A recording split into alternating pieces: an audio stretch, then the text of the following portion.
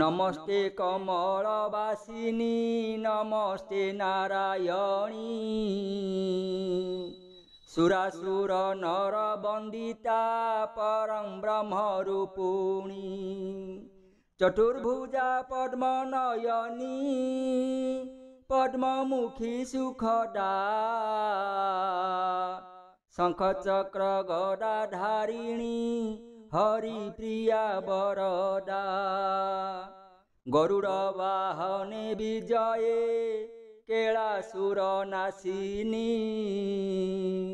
सकल संपद देउमा दारिद्र विनाशिनी सर्वदुख हरण करु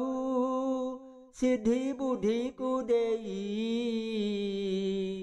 आदि अंत तोर न पाई ब्रह्मा होइले बाई आदि शक्ति जोग संभूता सर्वदा जोगरता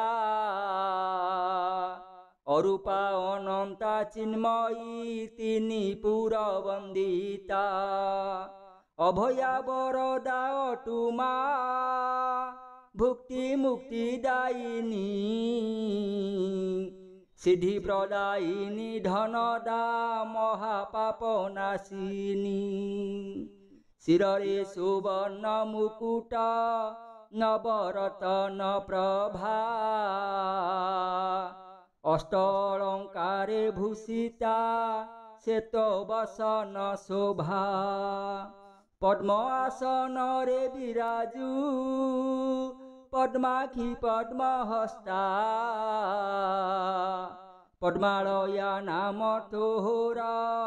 पद्म पुष्पे भूषिता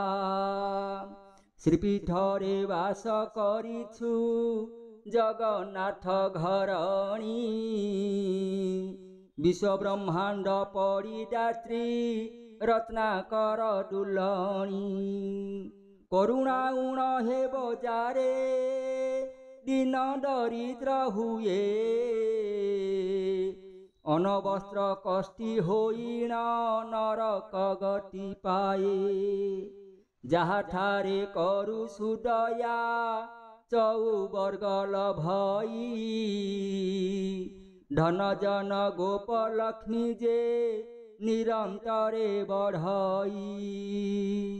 धनहीन जन संसारे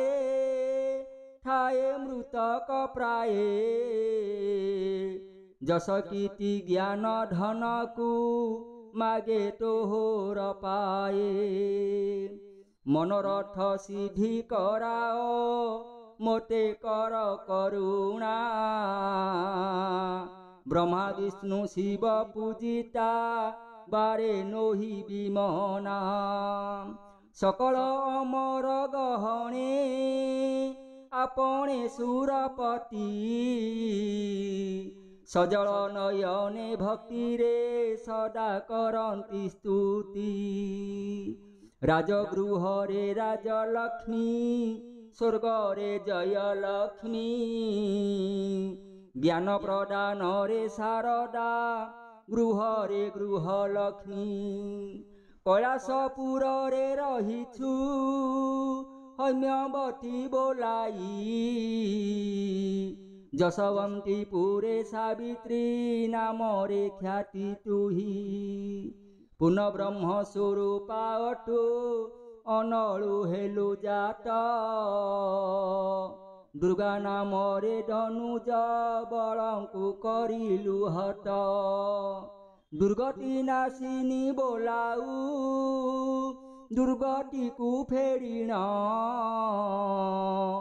विष्णुकर मन हारिणी वैकुंठरे तोस्तान श्रीहरिक अंक शोभिनी नाम तो नारायणी हिंसा क्रोध दंभ वर्जिता परमार्थ दायिनी तोहर प्रसादे जगते हीन हुए कुबेर भकट निमन्ते रहिछु नीलगिरी कंदर त्रिसंध्यारे जे बण जन ये हुस्तव पढ़िब धर्म अर्थ काम मोक्ष से चौवर्ग लभिब राजराजेश्वर होइब जेहु पढ़िब नीति अपुत्री पुत्रवती होई खेलाइब संतति सकल शास्त्र पुराण ज्ञान उदे होइब नीति सूचिवंत होइण जेहु ठरे गाइब आद्यरे देई रमा बीज महालक्ष्मी सुमरी पाशान्तरे स्वाहा शब्द देई मंत्र उच्चारी लखे मंत्र जप करिब नमः अंतरे देई महालक्ष्मी हेबे प्रसन्न एहा अन्यथा नोहि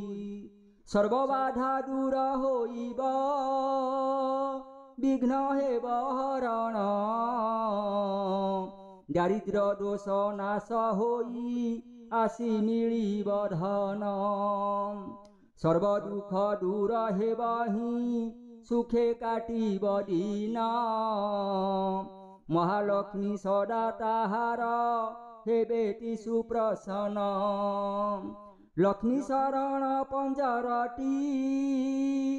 एहु सुण रे राम पूर्वे शूल पाणी मुखरु करिथिली श्रवण अति कुपट कथा एहु कारे कहिबु नाही शिष्य भकटरे कहिबु शुण व्रजत नई कमला कमल चरणे मन रख निश्चले पद्मवने रही अच्युत्य भावई निरंतरे।